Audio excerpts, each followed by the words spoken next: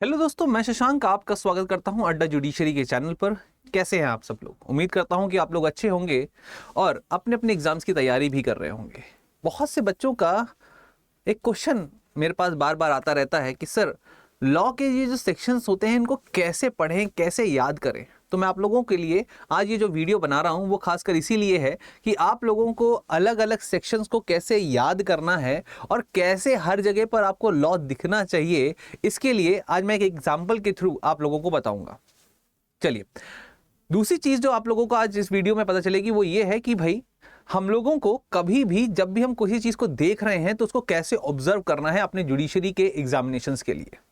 और तीसरी चीज ये है कि भाई, हमारे जो जुडिशरी के जो बैचेस हैं वो बिल्कुल शुरू हैं और जल्दी ही जजमेंट बैच जो है वो खत्म होने वाला है।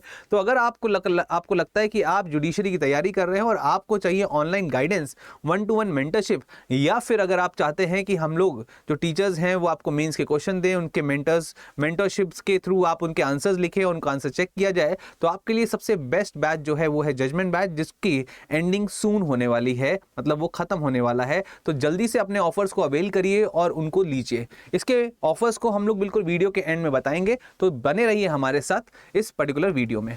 तो क्वेश्चन ये है, या क्वेश्चन मैं कहूं, या फिर एक आम तौर पे मैंने ये चीज ली है कि आपने देखा होगा कि समाज में जब लड़का और एक लड़की जो है वो भाग जाते हैं तो क्या केस बनता है। केस बहुत खास है क्योंकि और बहुत आम भी है। क्या होता है, जैसे लड़का लड़की जो है वो प्रेम प्रसंग में मिल गए हैं या प्रेम प्रसंग में जुड़ गए हैं, तो फिर वो अपनी अलग दुनिया बनाना चाहते हैं। और वो अलग दुनिया जो है वो तभी बन सकती है जब यहाँ की इस दुनिया के जो माँ बाप हैं या जो समाज है वो उनको जीने दे।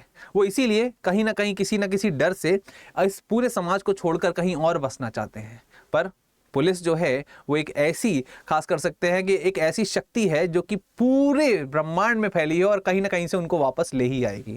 तो जैसे ही पुलिस उनको पकड़ती है, उन लड़के को और लड़की को, तुरंत वो सीआरपीसी के सेक्शन नंबर 161 में उनके स्टेटमेंट्स को रिकॉर्ड करती है, मतलब बयान दर्ज करती है। बयान दर्ज करने के बाद लड़के को लड़के के घर में और लड़की को लड़की के घर में भेज दिया जाता है। पर कहानी यहीं से शुरू होती है। कहानी इस बात की कि उसके बाद क्या होने वाला है। हमने देखा है आमतौर से इन केसेस में लड़के के ऊपर बहुत ज़्यादा प्रताड़नाएं दी जाती हैं, लड़के के ऊपर बहुत सारे केसेस लगाए जाते हैं। ऐसा नहीं है कि लड़की को कुछ नहीं होता, लड़की को भी अपनी बहुत सारी दिक्कतें झेलनी पड़ती हैं और उनको बहुत सारी पीड़ाएं भी उठानी पड़ती हैं। अपने प्रेमी से दूर रहने की भी पीड़ा एक बड़ी पीड़ा होती है। पर लड़के की जब अगर हम लोग बात करें तो लड़के ने तो कोई भी क्राइम नहीं किया है, किसी तरीके का ऑफेंस नहीं किया है, दोनों अपनी कंसेंट से गए थे। तो भाई सीधी सी बात है, जब इस तरीके से फर्जी केस बनते हैं तो वो ज़्यादा मुश्किल होते हैं प्रूफ करने के लिए। क्योंकि एक बहुत ही इंपॉर्टेंट लाइन है कि अगर किसी ने कोई गुनाह किया है, ठीक है, तो उसको छुपाना, उसके प्रूफ आपको मिल जाएंगे। पर कभी किसी ने कोई गुनाह किया ही नहीं है तो उसके एविडेंसेस आप लाओगे कहां से? ये बहुत इंपॉर्टेंट चीज है और इसलिए ये केस मैं आप लोगों के लिए लेकर आया हूं। अब देखिए हुआ क्या कि लड़का लड़की जो है वो भाग गए थे और उसके बाद लड़की के माँ बाप ने लड़की को वापस से किसी तरीके से पुलिस के माध्यम से या किसी और के माध्यम से वापस किसी तरीके से बुला लिया घर। और बुलाने के बाद स्टेटमेंट रिकॉर्ड हो गया कि हाँ, मैं अपनी मर्जी से गई थी उसके साथ, मुझे कोई दिक्कत नहीं थी। और फिर उसको घर भेज दिया जाता है। घर भेजने के बाद 2 से 3 दिन बाद तुरंत ही लड़की जो है वो अपना स्टेटमेंट बदल देती है। जैसे कि आपको पता है कि सेक्शन नंबर 161 ऑफ सीआरपीसी का जो स्टेटमेंट रिकॉर्ड किया गया है वो एडमिसिबल नहीं होता, क्योंकि पुलिस को दिया गया कोई भी बयान एडमिसिबल नहीं है।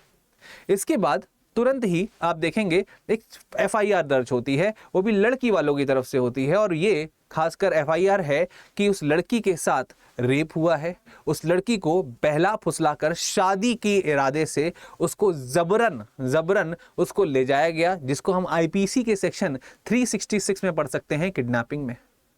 और ये फर्जी आप कह सकते हैं या हम कहें ये गलत तरीके के आरोप लगाकर पुलिस को अपने साथ रखकर इस गलत आरोप को चार्ज शीट में फाइल कराया जाता है, एफआईआर दर्ज कराई जाती है और उसके बाद इसके ऊपर केस चलाया जाता है। अब जो लड़का, जो कि आप कह सकते हैं पूरी सहमति से उस लड़की के साथ था और लड़की की भी पूरी सहमति थी, पूरी कंसेंट थी, अब केवल और केवल आरोपी सिर्फ एक है और वो भी ऐसे छोटे मोटे आरोप नहीं, उसके ऊपर बलात्कार का आरोप लगा है, रेप का आरोप लगा है। अब बताइए इस तरीके के संबंध में किसको आरोपी ठहराएं, लड़की को या लड़के को? पर चलिए लड़की को अभी हम लोग साइड करते हैं, लड़का कैसे इन सारी चीजों से बचेगा ये भी आपको समझना होगा। तो यहां पर आपका इंडियन एविडेंस एक्ट जो है ये काम में आता है। इंडियन एविडेंस एक्ट जो है इसमें आपको प्रूफ देने होंगे कि क्यों आप लोग भागे थे और क्यों हम ये मान लें कि आप और वो दोनों कंसेंट से भागे थे। तो उसके लिए उसे प्रूफ देना पड़ेगा। ये प्रूफ देना पड़ेगा, पहली चीज जो उसे बतानी पड़ेगी कि भाई उस लड़की की कंसेंट थी मेरे साथ भागने के लिए। तो वो कैसे बताएंगे उसको? उसमें आप पुरानी पिक्चर्स जो हैं वो आप दिखा सकते हैं। इसके साथ साथ आप जो आपका सेक्शन नंबर 9 है, इनफैक्ट सेक्शन नंबर 10 है, जो सेक्शन नंबर आपका 11 है और आपका सेक्शन नंबर 12 है, ये सारे अलग अलग जो सेक्शंस हैं इंडियन एविडेंस एक्ट के, ये उन सारे अलग अलग एविडेंसेस को क्या करते हैं, रेलेवेंट बताते हैं। जो भी पर्टिकुलर कंडक्ट को या सब्सिक्वेंट कंडक्ट हो, चाहे वो प्रेसिडेंट कंडक्ट हो, चाहे वो मोटिव हो, चाहे आपके किसी भी तरीके के डॉक्यूमेंट्री एविडेंसेस हो, वो सबको रेलेवेंट बताते हैं जो कि उस पर्टिकुलर फैक्ट एंड इश्यू से रिलेटेड है। अब जैसे मान लीजिए उदाहरण के तौर पे एक डॉक्यूमेंट मिला जिसमें लड़की ने लिखा हुआ था कि मैं तुम्हारे प्यार में पागल हूं और तुम्हारे बिना रह नहीं सकती। ये एक रेलेवेंट एविडेंस हो जाएगा।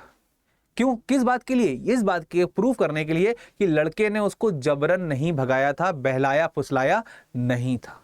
दूसरी चीज, अगर लड़का और लड़की जो है कहीं घूमने गए हैं और बहुत सहमति से खुशहाल तरीके से फोटो खिंचवा रहे हैं, तो वो फोटोज भी एविडेंस के तौर पर इस्तेमाल की जा सकती हैं। रिकॉर्डिंग्स जो हैं अगर कहीं सीसीटीवी कैमराज में हुई हैं या फिर कहीं ट्रेन पे जाते हुए हुई हैं, हंसी मजाक करते हुए हुई हैं, बातें करते हुई हैं, या आप कह सकते हैं इलेक्ट्रॉनिक मैसेजेस का आदान प्रदान हुआ है, तो उनको भी हम कहीं ना कहीं रेलेवेंट फैक्ट के थ्रू, रेलेवेंट एविडेंसेस के थ्रू हम उनको पेश कर सकते हैं और वो सारे आपके कोर्ट में क्या होंगे? कोर्ट में एडमिसिबल होंगे। इस बात को ध्यान रखेंगे।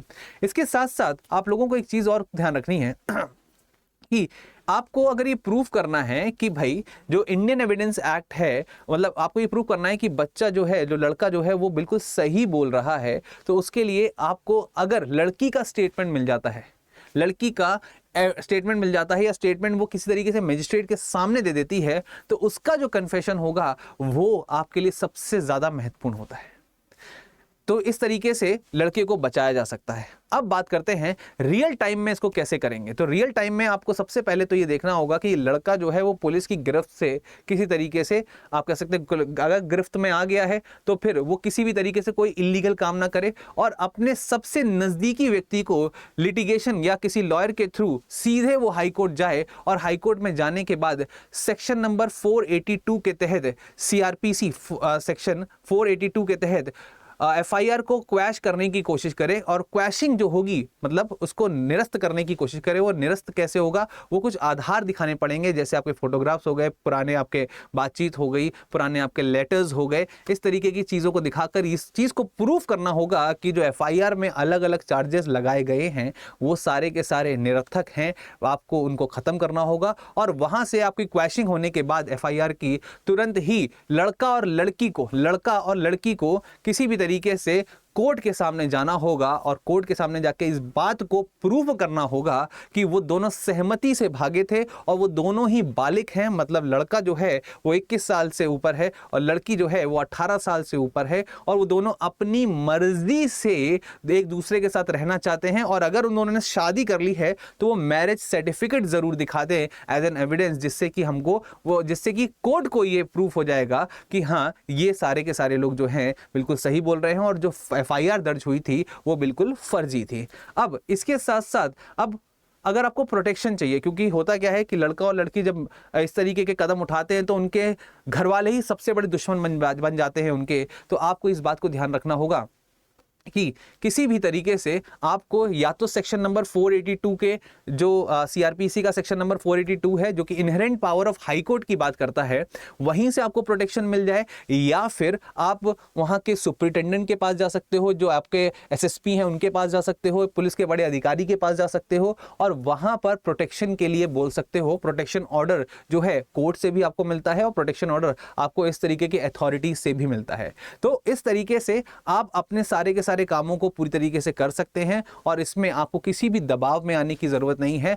क्योंकि आपके साथ है आपका लॉ जो कि इंडियन लॉ है, और पूरी तरीके से आपको इस चीज़ की आज़ादी देता है कि अगर लड़का लड़की है राज़ी तो फिर कोई नहीं मारेगा बाजी। मतलब कहने का ये है कि अगर लड़का है लड़की राज़ी तो भाई सीधी सी बात है, उनके पास पूरा अधिकार है अपनी लाइफ पार्टनर को चुनने का, अपने लाइफ पार्टनर के साथ साथ रहने का। तो ये जो मैंने आपको एक इंसिडेंस बताया है, इससे बस आपको ये पता करना है कि कैसे हमें अलग अलग जगह पर अपने सेक्शंस को लगाना है, उसकी एप्लीकेबिलिटी चेक करनी है। और इस तरीके से जब आप करोगे, पढ़ोगे, जुडिशरी में जाओगे, जुडिशरी में अलग अलग सेक्शंस को पढ़ोगे, तो उससे ही आपको यहां पर सेक्शंस याद होना शुरू हो जाएंगे। इसी तरीके के और एक्साइटिंग तरीके मैं लेकर आऊंगा आपके अलग अलग सेक्शंस को याद करने के। तब तक के लिए मिलते हैं अपने नेक्स्ट बैच में, नेक्स्ट बैच मतलब नेक्स्ट लेक्चर में, जो कि होता है रोज शाम को 9 बजे और सुबह 12 बजे। Please do join us on अड्डा जुडिशरी चैनल।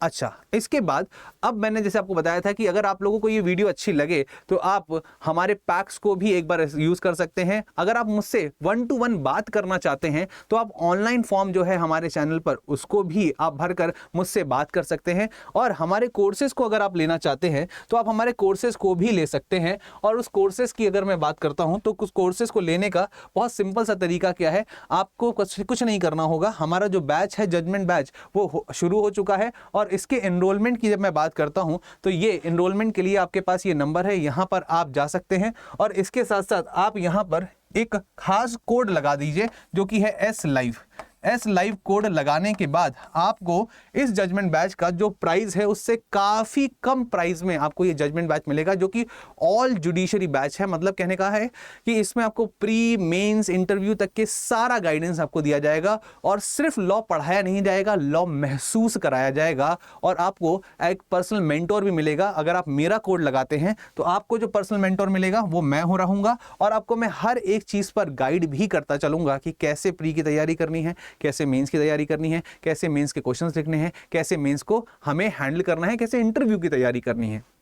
तो अगर आप लोगों का जज्बा है अलग अलग स्टेट्स में जुडिशरी पोस्ट पर जाने का, तो अड्डा जुडिशरी आपके साथ है। और आपको कुछ नहीं करना है, अड्डा जुडिशरी के वेबसाइट पे जाना है, वहां पर जाकर आपको सिर्फ और सिर्फ बैच को क्लिक करना है और मेरा कोड लगाना है। कोड लगाते ही आपको पूरी तरीके से ये बैच जो है बहुत ही सस्ते दाम में मिल जाएगा। इस बैच की जो ओरिजिनल कीमत है वो है आपकी 19,999, पर जैसे ही आप मेरा कोड लगाएंगे ये लगभग आपको मिल जाएगा 9,100 में, 9,100 में मिल जाएगा। तो इतना सस्ता ऑफर आपके लिए चल रहा है, तो इसको ज़रूर से ज़रूर अवेल करेंगे अगर आप एक जुडिशरी एस्पिरेंट हैं तो मिलते हैं हम लोग अपने अपने लेक्चर्स में।